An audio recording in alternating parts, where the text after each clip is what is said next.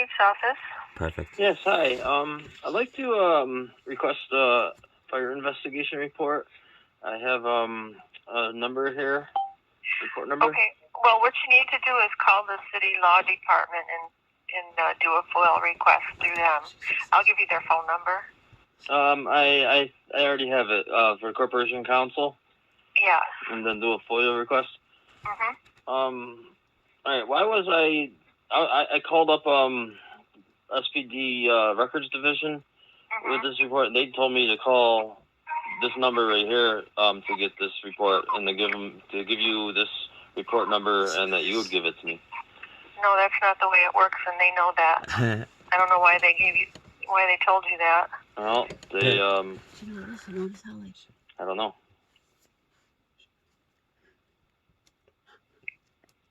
So you can either call the law department or you can go online to the city's website and you can do your FOIL request online as well. Okay. So did I give you their number already? No, I have it. You have it? I have it. No, I have a question. About this fire at my property. As whether it was investigated or not. How does that investigation with the fire investigation unit work? Is that something that is automatically done with every house fire that the fire department puts out? I believe so, but let me have you speak to one of the investigators. He can give you more information about that than I can. Okay. Can I just get your name and what was the address of the property? Okay, my name is William Scott Thomas, and it is 107 Grave Street, and it was January 10th. Okay. One moment, please. Yeah, Syracuse. My grandpa was a firefighter in Syracuse. My dad did too. That's cool. My grandpa would be livid if he knew that. Same last name? No, different last name. Banajic. I'm gonna go do this real quick and I'm gonna see if she's cooking.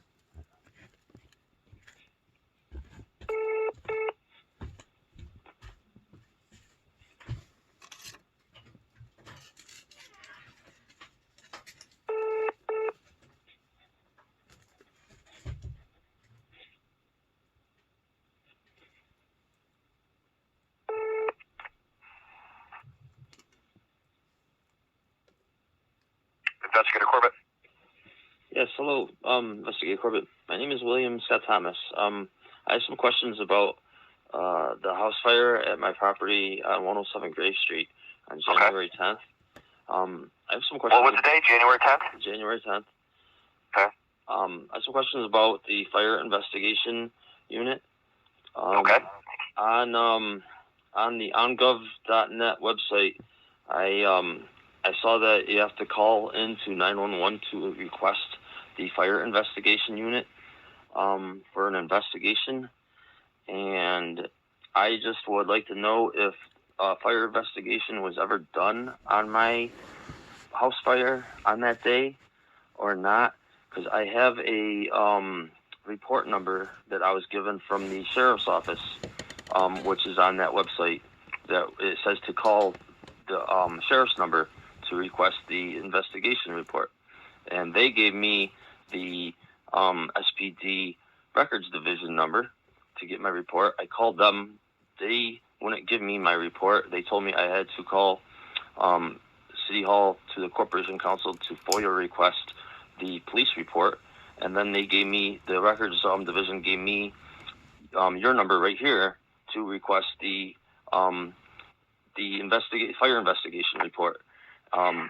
So the fire investigation report comes the same way through Corp Counsel. You contact them, and it's called the Freedom of Information Law. What you do is you fill out a FOIL, and then they send it to us. Everything has to go through the law department. Okay. But let me see here. 107 Graves, I believe there was...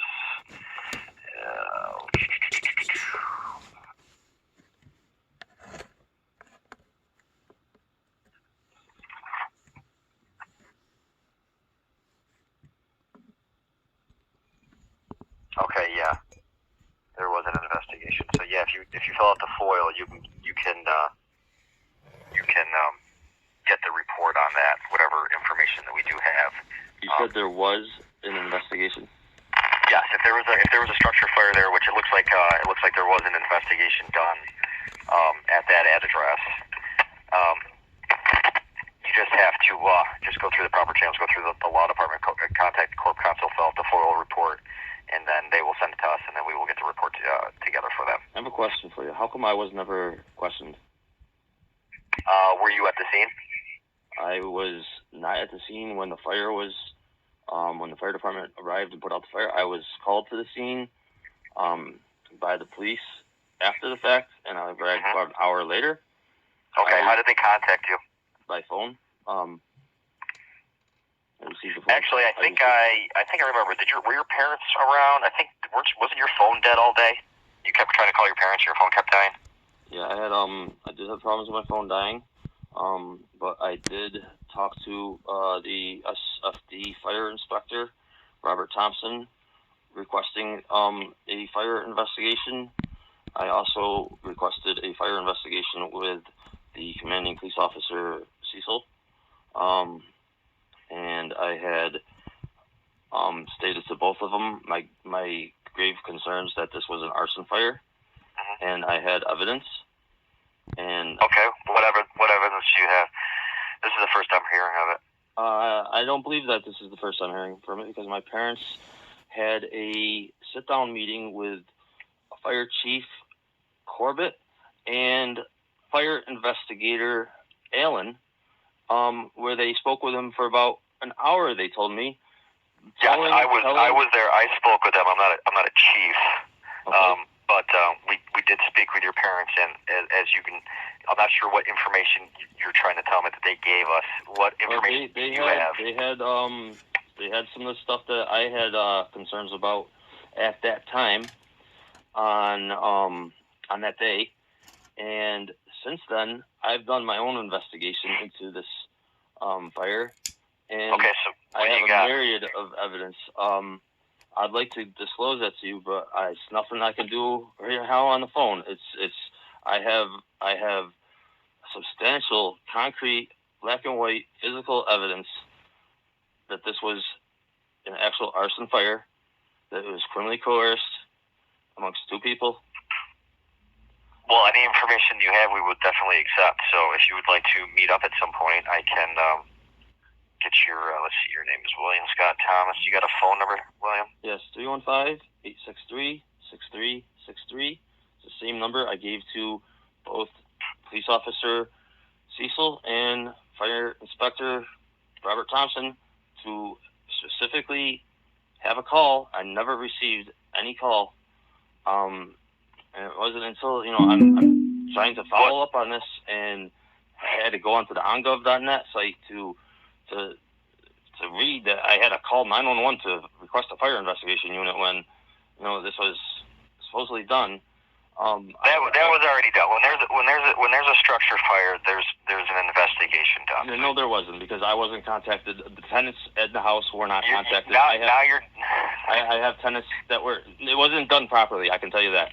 And why wasn't it done properly? Are you because I went on to, and because since then I've been learning everything about a fire and investigations, and I've gone on to the Department of Justice website and the NIJ Fire Investigations Unit, and the policies and procedures that they have you follow for a fire investigation, and the procedures that they have written down were not followed. None of the procedures were such as contacting me, the property owner, asking me questions, staying on the scene, following up with all the people who have who were taken out of the house, and getting a list of all the people who were taken out of the house, and also witnesses in the area, and questioning them, and then following up. And if I was never even contacted, then a proper fire investigation was not done. I heard rumors that this was an electrical fire, and that was a rumor amongst that. I overheard the police saying to themselves. Now, that was not the fact. I was left on the scene waiting for the fire investigator to show up. That's what I was led to believe by what I was told.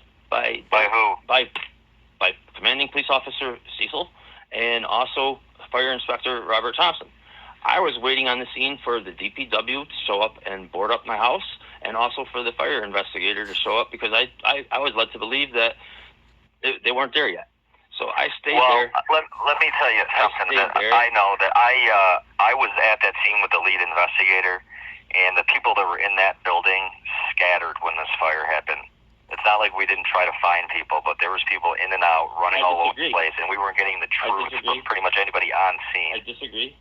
That's fine. One of the arsonists who was my tenant on the first floor, Christopher Gall, when I arrived on the scene, he arrived about 5 minutes after. Walking around the corner, he was apprehended right away by Syracuse police and put in the handcuffs. And I believed at that time that he was being arrested for setting the fire, because I told police officer Cecil on my phone call to him that I believed this was an arson fire. I wanted it investigated for an arson, and I told him that I believed that this guy, Christopher Gall, was one of the people who criminally coerced setting this fire. And who did you say that to? The police officer, commanding officer on the scene, Cecil. I also said that to fire inspector Robert Thompson. My parents also said that in the meeting. They told me that this guy was arrested. Chris Gall was arrested at the scene. I don't know if my parents knew that, but I had told my parents that I believed that he had done it. My dad was on the scene with me. I know that you're saying that you believe that he did, but you also just told me that you think that he was arrested. I thought he was arrested for that. Why did you think that? Someone told you that? I specifically told that to police officer Cecil on my return phone call back to him when he had originally called me that I had a house fire broken out at my property, requesting me to show up and talk to him. I then got 2 phone calls from public insurance adjusters asking me if I needed their help starting my fire insurance claim, which I told to both of them I didn't have fire insurance, and they ended their phone call saying, wish the best of luck. And right then I was like, oh my God. When I first rented to this guy, Christopher Gall, 2 months prior, I remember him telling me, hey, you want to make some quick money doing a false insurance claim, and I'll set fire to this place? And I said, no, man, I don't have fire insurance. I'm trying to sell this house. Why do you think I have him renting to you? Because, the guy had carpentry skills, and I wanted him to help me fix up the house so I could get some things fixed for code, so I could get my fire insurance, so I could sell my house. And because that's something that you have to have a homeowner's policy to sell your house. And he knew that, and he knew I didn't have fire insurance. So therefore, I believe that he retaliated against me because he knew I was then evicting him for non-payment of rent, because the guy never paid me a dime and actually stole money from me, stole my security deposit that his dad gave me a check for to move in, and never paid me, never fixed anything up. And he knew I was evicting him because he was turning the house into a flop house, selling drugs out of it, that he had illegal guns in it. And this was all stuff that I was reporting to the police. Then the police, on that first phone call that when I was told to come to the scene, I called back police officer Cecil because I was being delayed by those 2 phone calls from those public insurance adjusters. And I told him that, hey, I called him back and I said, before I show up, I want to let you know something. I want this fire investigated for arson. I believe that this guy, Christopher Gall, did it. I told him, and then police officer Cecil told me, hey, do you know that this apartment's full of stolen property? And I said, yeah, I want to talk to you about that, because I have a lot of evidence and a lot of stuff that I know about this guy, about committing burglaries in the area and whatnot, and also the fact that he had also solicited me for a quick money doing a false fire insurance claim, setting fire to my house. And when I told him I didn't have fire insurance, then all of a sudden, 2 months later, my house is on fire now. And ironically, I told that to that police officer. I told him that, and then he said, okay, well, show up, we'll talk. I showed up. I told him that once again on the scene when I showed up. Then Christopher Gall walks around the corner, turns the corner. They apprehend him. They put him in handcuffs. That's why I thought that they arrested him for that. All right. I heard them say to him, though, you're being arrested for possession of stolen property. All right. Well, so then I'm thinking, okay, so they're arresting for that, and then they're just saying that, but they're still arresting for everything. All right. So he's taken out, and then I see the 2 or 3 police officers show up who I thought were maybe the fire investigators, but they had guns, so I knew they weren't fire investigators. And I went up to them and I introduced myself to them, and I gave them my phone number, told them who I was. I told them about I also believed that Christopher Gall set fire to my place, and told them specifically that he tried to solicit me for a false insurance claim. And I told them, no, I didn't have fire insurance, and then my house is on fire, and they ignored me. And then they went inside, and then they came back out. They wouldn't let me go in with them. Then they came back out with 2 guns. They came out with a shotgun and a Tommy gun. I know this for a fact, a Tommy gun, because I know my guns. And so when it comes to they went outside, they left, and then they left the scene. After that, so as far as the fire itself, because I'm in the fire investigation unit, I need to know what type of concrete evidence you have to do with the actual starting of the fire. Okay, not just what Chris Gall said to you. That's my reasonable suspicion right there. All right, that right there is my probable cause of what he should be arrested for. Now, what is your probable cause? Hold on. Slow down. What is your probable cause you're talking about exactly? That he had solicited me already for a false insurance claim, making quick money, setting fire to my place. Is there any other evidence besides that? I did not have fire insurance, and I told him I didn't have fire insurance. I told you, he knew I was evicting him for non-payment of rent. Therefore, as a retaliatory factor, he would have set fire. So you believe that Chris Gall guy. That's what I believed at the time. You believe he lit your house on fire because you were evicting him due to failure to pay rent. I believed him at the time that he had done that. Now, let me get into the other facts. On the scene, people kept coming up to me who I didn't even know, telling me, hey, Allstate set your house on fire. I'm like, really? Who's it? Okay, I know who this guy Allstate is. I met him once. Okay, yeah, he's a friend of Christopher's. Yeah, he all right. So yeah, okay. So I heard that. Yeah, okay. So like 5 different people came up to me and told me that. Then my second floor tenant, Ryan McDonald, came up to me and my father when I was talking with Fire Inspector Robert Thompson on the scene, when I was telling Robert Thompson that I believe Christopher done it for all of those reasons. Ryan came up into the situation, into our conversation, and said, hey, no, it's Allstate. Allstate set the fire. He was upstairs in the attic all night long. He set the fire. I know it's for a fact because I know he was up there, and then there was a fire, and he came down in his fire. Now, Ryan had Allstate arrested a week and 2 days earlier on January 2nd for breaking and entering and assaulting him. Allstate was arrested for B&E and assault, and there was a full order of protection issued by the judge, a court order of protection on Allstate to stay away from the house. Allstate is up in that house in the attic all night long with his friend Wayne. Now, Allstate, I've now learned, was also helping Christopher move out prior to that fire all his expensive possessions. Now, Christopher then who was he helping move out? His stuff. Allstate. Which guy? Allstate was helping who? Allstate is a guy named Osarin Grimes, a.k.a. Allstate. Allstate is his street name. And it's kind of funny that his street name is Allstate. And the reason for that, because my brother asked me, why is his name Allstate? That's so fucked up. You know why?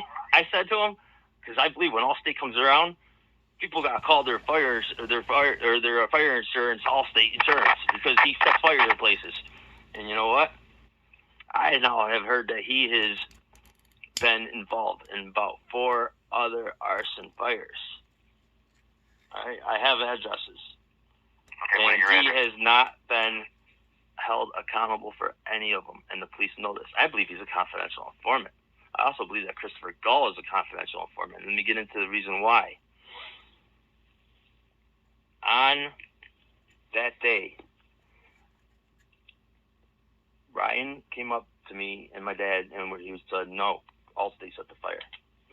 And Ryan said that, hey, yeah, I had him arrested, this and that. So now this dude's up in the house. He's violating a court order of protection. All right? And why is he doing that? That's maybe potential,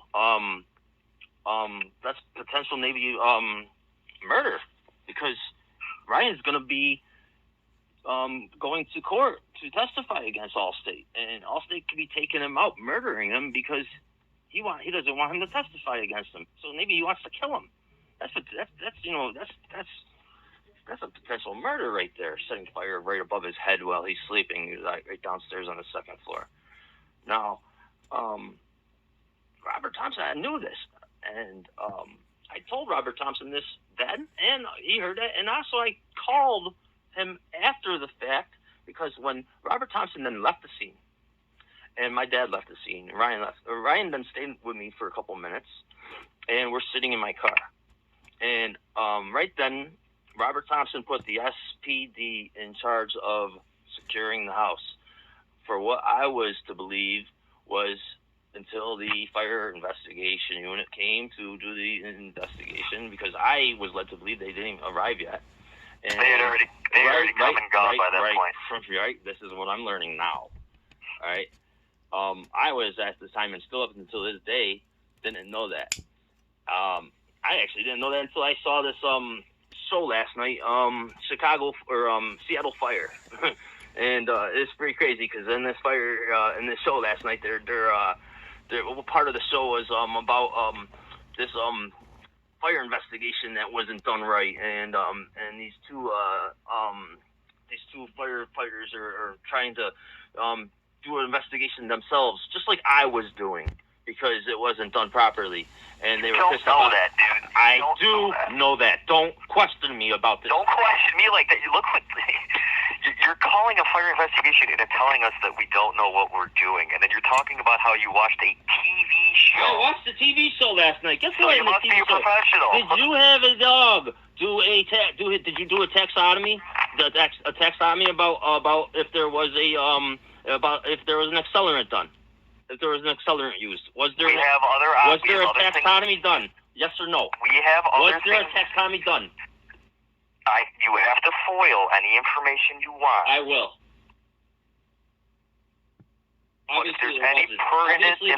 Obviously there wasn't even a dog used, because in this show last night, a dog was used, and a dog proved that there was a fire accelerant used. And that's how this fire investigation unit on the show right now last night proved that somebody used an accelerant, because this dog came in. Now, obviously, if you didn't use a dog, you didn't do this investigation properly. If this taxonomy wasn't done, sir, if you're going to start I am testing. This is my house, though. It's not on fire. I have proof that 2 people set fire to it. You're yelling at me on the phone right now about a TV show that you watched. You're questioning me. Well, of course I'm questioning you. You're the homeowner, and I haven't spoken with you before. And you should have. And that's why this wasn't done properly, because I was never investigated. I was never even questioned. My house, I just lost the value of my house. I lost $50,000 fucking dollars.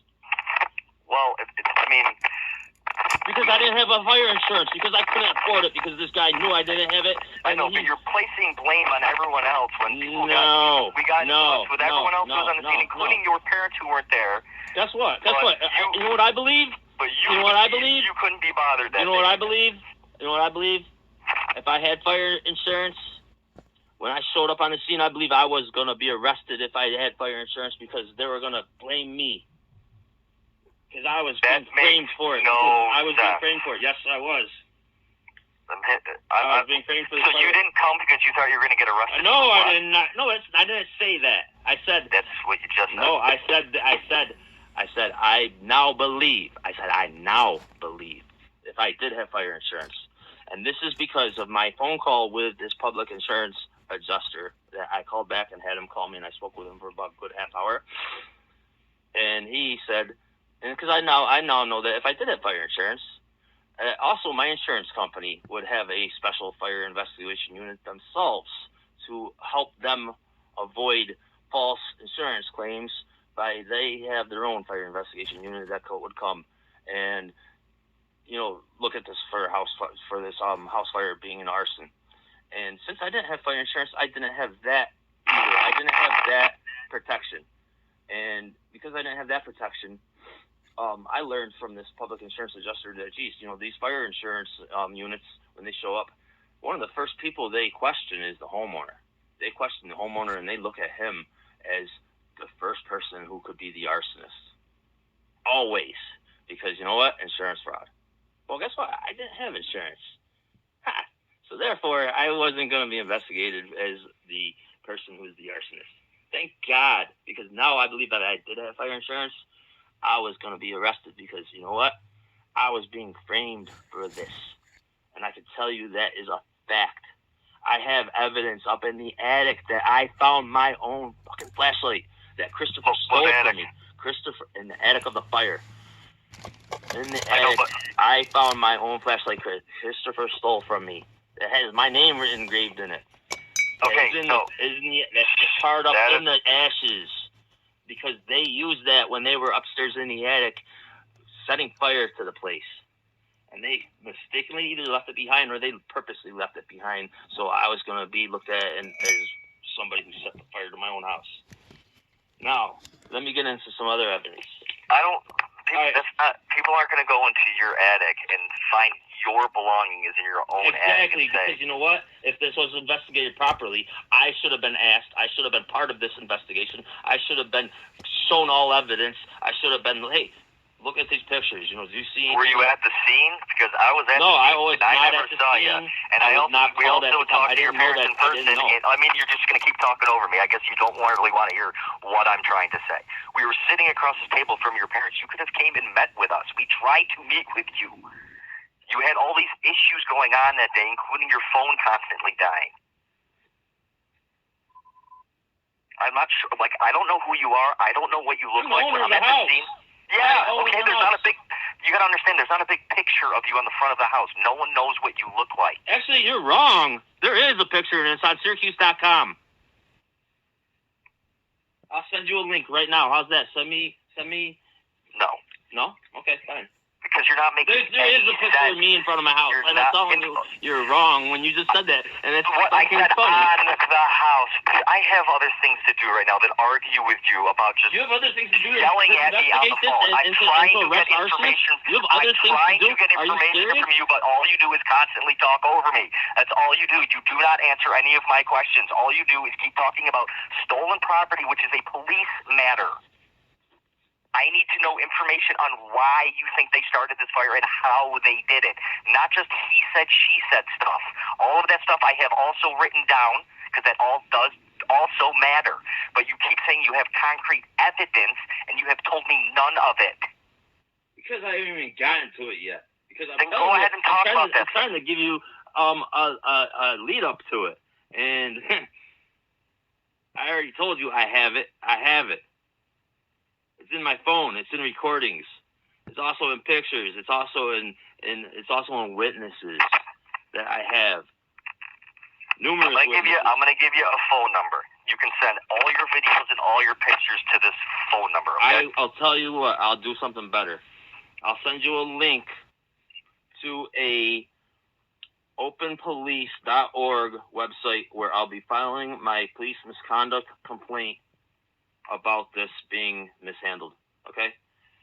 How is that going to help you send me the concrete evidence you keep telling me that you're going to give me? Because all of my evidence will be in this complaint, all right? I helped create this website, openpolice.org, about filing police misconduct complaints. I'll have all my evidence in that. All right. Please give me a phone number or an email address where I can send this to you. All right, here's the phone number. Area code is 315.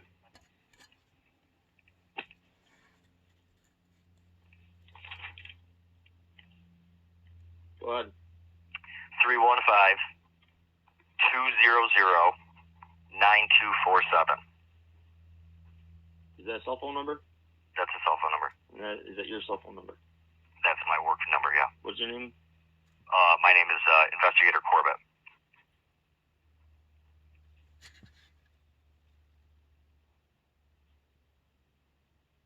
Are you, you're an investigator, you're not the, chief? No, I'm not a chief. I'm a captain. Captain. That's wrong. Email address, please. Michael, let's see, MICHAEL CORBETT @SEER. Wait, start over, please. MICHAEL Okay. CORBETT CORBETT @SEER.gov. SYR.gov. Okay, I'll send you a link. Okay, and if you have any other information or anything else for us, you can call that cell phone number and either leave me a message or talk to me and let me know what's going on. If you have anything that I can physically pick up. In this police misconduct report, there will be a storyline. I'll have in the storyline links to YouTube, where I have all of my evidence uploaded onto video, and as well as on the site will be all the pictures and all the evidence as well. Okay. They're already on there right now? No, it's something I'm finalizing right now. So when should I check this to see if... why don't you give us a call back when you have it all set? Hopefully we'll have this done in a few more hours. All right, why don't you give us a call back and let us know when it's all done? All right, I will do. All right, thank you, Willie. Bye.